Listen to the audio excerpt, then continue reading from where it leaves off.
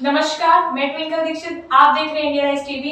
आइए नजर डालते हैं आज की कुछ खास खबरों पर। भीम नगरी हादसे के पीड़ितों से मिलने आगरा आए अखिलेश यादव वर्तमान सरकार पर निशाना साधते हुए कहा, जो जन समर्थन मिलना चाहिए था वो वोट में दिखाई नहीं देता है। अब सच्चाई का चलना चाहिए बुलडोजर। बताया जाता है कि गत दिवस आगरा में भीम नगरी मंच पर लाइट स्टैंड गिरने से जो हादसा हुआ था, इस घटना में पूर्व प्रधान की मृत्यु हो गई थी। पूर्व विधायक भीम नगरी आयोजक समिति पदाधिकारी घायल हुए थे। घटना की दृष्टि रखते हुए पूर्व मुख्यमंत्री एवं विपक्ष के नेता अखिलेश यादव समिति अध्यक्ष पूर्व राज्य मंत्री अजय शील गौतम के निवास पर स्थान पर पहुंचे। अखिलेश यादव ने दुख प्रकट कर परमात्मा को प्यारे हुए पूर्व प्रधान के लिए अपने चरणों में स्थान देने के लिए प्रार्थना की। इसके बाद मीडिया से कहा कि मुझे समारोह में आना था, परंतु किसी कारणवश में नहीं आ सका।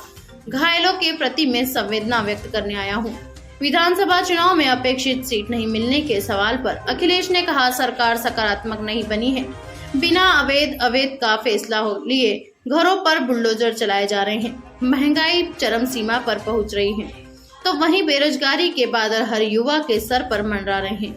अंत में उन्होंने कहा कि जनता की जो समस्याएं हैं उस पर फोकस किया जाना अति आवश्यक है, जिसके लिए हमारी पार्टी को आम जन का काफी समर्थन मिल रहा है। मीडिया से मिलने के बाद अखिलेश यादव लखनऊ के लिए रवाना हो गए। इस दौरान शहर अध्यक्ष चौधरी वाजिद निसार, मधुसूदन शर्मा, गौरवादी राजपाल सहित तमाम सपा नेता मौजूद रहे। इससे पहले आगरा आगमन पर सपाइयों ने Lucknow express way toll plaza पर अपने चहेते युवा अखिलेश यादव का जोरदार स्वागत किया।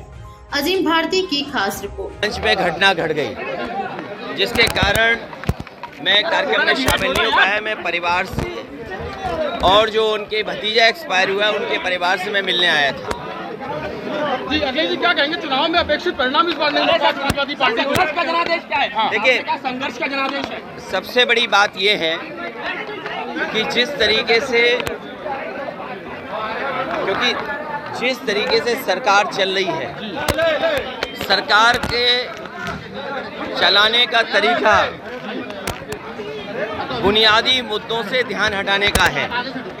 आज सवाल इस बात का है कि महंगाई बढ़ी है, बेरोजगारी बढ़ी है और लगातार अगर अवैध और वैध कौन तय करेगा? बुलडोजर चल रहा है। आपने कहा सर, और सरकार तो खुद ही अवैध है। जिस तरीके का जनमानस का समर्थन था वो समर्थन वोट में नहीं दिखाई देता है, लेकिन अवैध सरकार खुद बनी है, तो इस सरकार में बुलडोजर कब चलेगा? सवाल ये है कि बुनियादी मुद्दे महंगाई के हैं, बेरोजगारी के हैं, और आज इस तरीके से मुसलमान समझ करके बुलडोजर चला देना, बिल्डिंग तोड़ देना, क्या है ये? क्या संविधान को नहीं मानते? क्या संविधान से नहीं देश चलेगा? और फिर भारतीय जनता पार्टी और हमारे देश की जो पहचान है वो समझे कि वासुदेव कुटुंबकम, यही पहचान है भारत की। आपने कहा दुनिया में जो पहचान है वासुदेव कुटुंबकम, बुलडोजर को चुनाव क्या इस पहचान को नहीं सरकार मिटा रही है? बीजेपी के लोग नहीं मिटा रहे। बुलडोजर को चुनाव चिन्ह बनाने की बात कही। मैंने आपसे कहा कि ये सरकारी अवैध बनी है, क्या सरकार पे बुलडोजर नहीं चलेगा? और फिर केवल चिन्हित कर करना, तो वासुदेव कुटुंबकम की जो पहचान हमारे भारत की है वो पहचान कहाँ बचेगी? दो लोग मिलकर के रह रहे हैं, परिवार मिलकर के रह रहे हैं, आप घर तोड़ दे रहे हैं, बिल्डिंग तोड़ दे रहे हैं। आगे ताजा खबरों से जुड़े रहने के लिए हमारे चैनल को सब्सक्राइब, लाइक, बेल आइकन दबाना ना भूलें। धन्यवाद।